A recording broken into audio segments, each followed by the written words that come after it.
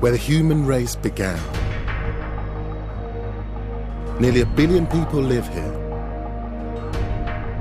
And it's a continent with an incredible diversity of communities and cultures. Yet we know less of its history than almost anywhere else on Earth. But that's beginning to change. In the last few decades, researchers and archaeologists have begun to uncover a range of histories as impressive and extraordinary as anywhere else on Earth. It's a history which has been neglected for years, and it's largely without written records. But it is preserved for us in the gold and statues, in the culture, art, and legends of the people.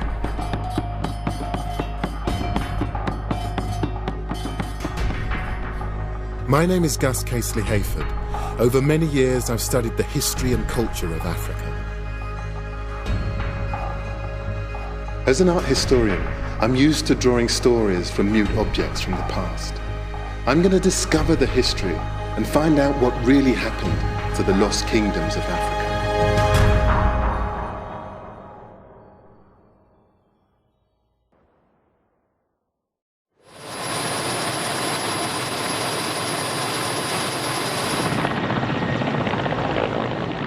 I'm beginning my search in the far north of the continent, in what is now known as the Sudan.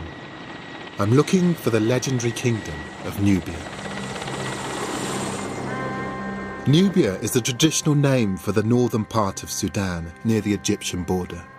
For thousands of years, a civilization dominated the area there, in what's now the Eastern Sahara. It's first mentioned by the ancient Egyptians as a primitive outpost, a source of slaves and treasure, dancing girls and wrestlers. To the Romans too, it was a barbarian wasteland. Yet these people were conquerors in their own right, ultimately defeated not by their rivals, but by their environment.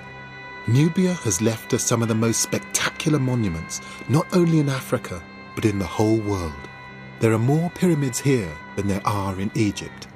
This was a major civilization, but its history is barely remembered. So what was Nubia actually like? How powerful was it? And what happened to it in the end? To begin my search, I'm leaving the Sudanese capital Khartoum and flying north into Nubia. This is every schoolboy's dream. This ancient old helicopter is going to take us up to see some of the ancient Nubian sites. I've got this fantastic guide here. This is Mahmoud. It's going to help to tell me what some of the sites mean. Mahmoud Bashir is one of Sudan's most respected archaeologists.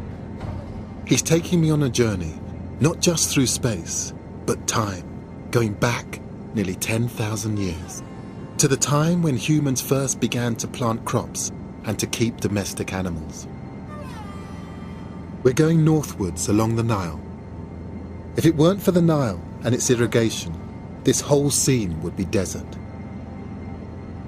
And from the air, it's easy to see how narrow the cultivation strip really is. But Mahmoud tells me we're going to leave the green corridor of the Nile and head out into the desert proper. Out here is one of the toughest places on Earth. The temperature here is more than 120 degrees Fahrenheit, and yet there are still people working here.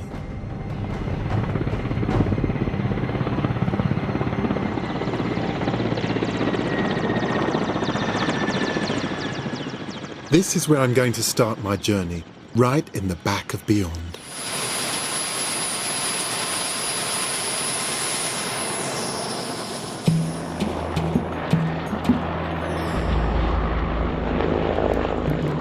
We've flown more than 250 miles north from Khartoum into the middle of the Nubian desert. 15,000 square miles of arid sandstone with scarcely a single oasis. From here, we're going to drive across the scorching sands. And Mahmoud tells me we're going to start with the very beginnings of Nubian culture, more than 7,000 years ago.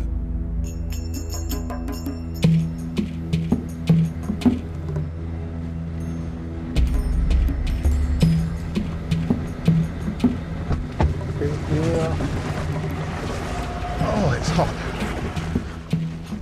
It's baking.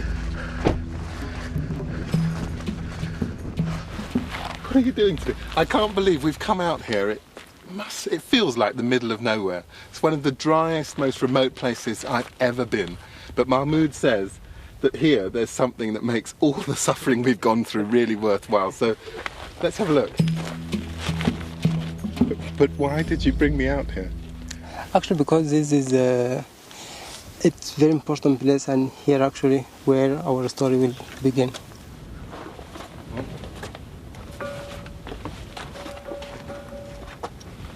Something interesting. Oh, it's a bell. It's not a bell, but it's what we call the rock gong. So how old is this, Mahmoud? It's not less than 5,000 5,000 BC. years? Wow. Mm.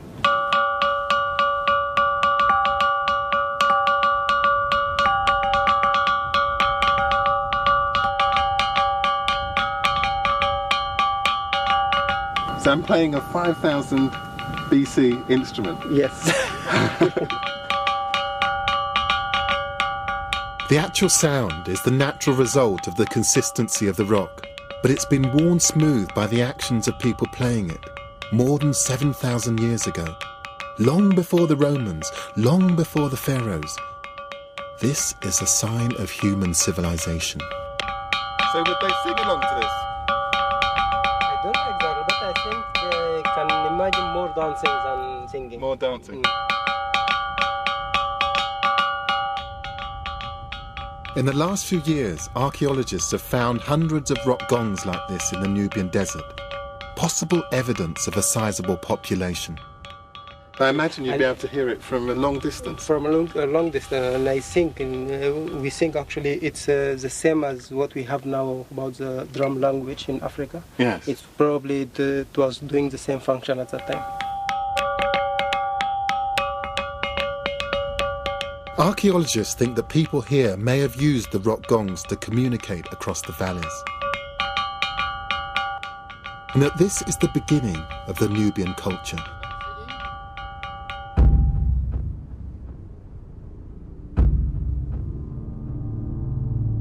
But why here? This is the middle of one of the harshest deserts in the world. Mahmoud has something to show me. It's been a secret until recently. Now I will show you a very special thing. Oh, have a look at it. Oh, wow. That's amazing. It's cattle. Yeah. And how old is that?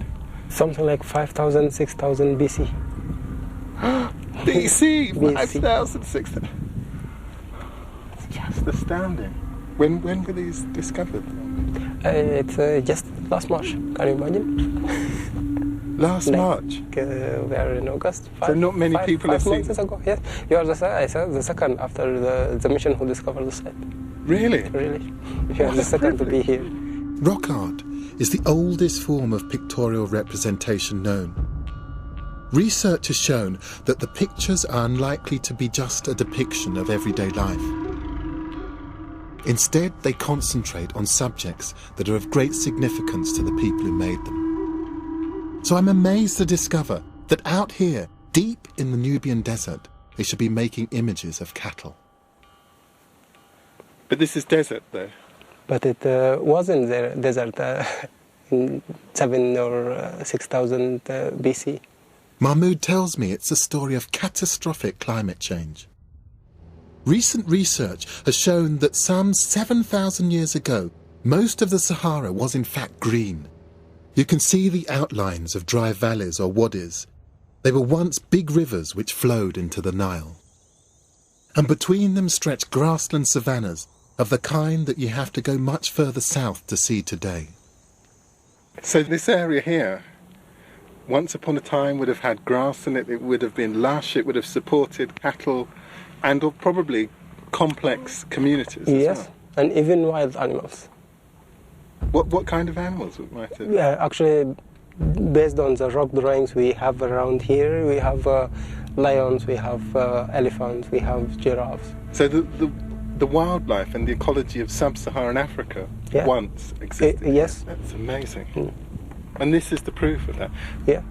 So you can imagine sort of the cattle, well, with a stretch of the imagination, the cattle in this valley, the river just down there. Yes. And people, someone at some point coming up here and with one of these stones just And making this depicting all this kind of drawings.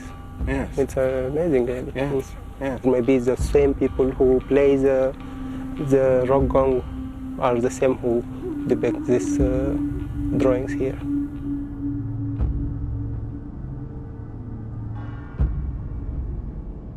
It took thousands of years for the desert to dry out completely. So the cattle herding or pastoralist society which created the rock art was able to develop into a much more complex community. And I'm told that they produced something quite spectacular. And that's where I'm headed for now. We're pushing northwards along the Nile, some 700 miles from Khartoum and less than 200 from the Egyptian border. Our destination is the small town of Kerma, which sits by the Nile. This was once the capital of the kingdom which the Egyptians knew as Kush. This was the heart of the kingdom of Nubia. Over the last few decades, archaeologists have uncovered the remains of an impressive city here, dating from around 2000 BC. This extraordinary structure looms like a man-made mountain over the ruins.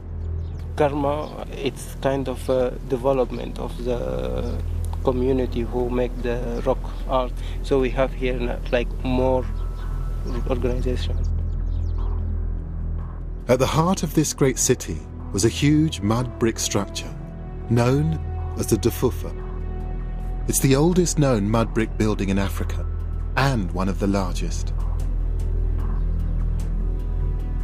But it has no rooms. It's a solid block of masonry.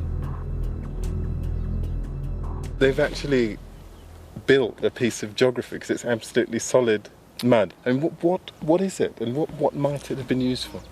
I believe that it's something associated with rituals. It's something like a temple or something like this. We don't know who the god or gods were that these people worshipped, but according to Mahmud, it was the temple on the top of the Dafufa which was the main focus here. It was surrounded by palaces for royalty or priests.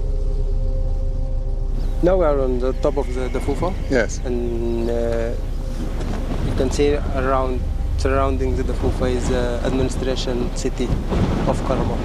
So these are the raised foundations of... the foundation of the buildings. I see. Has been found here, and this is kind of a reconstruction of the foundation to show us the plans of this building. I see.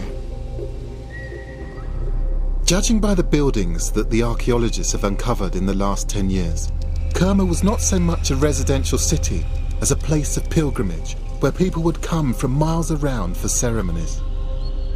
Then, of course, it would have looked very different. And it's easy to forget, but all of this was really green.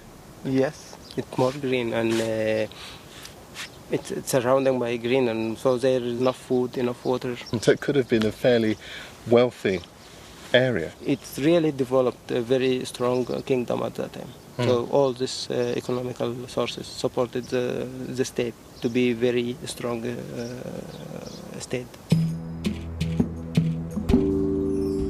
There's a small museum here with some of the finds from the excavations which give a flavour of the Nubian culture. And even when it's laid out like this, with the artefacts numbered off and catalogued, you can see quite how distinctive it is. Take the pottery. Archaeologists now know that people were making pottery here even before they began to plant crops. And long before ancient Egypt,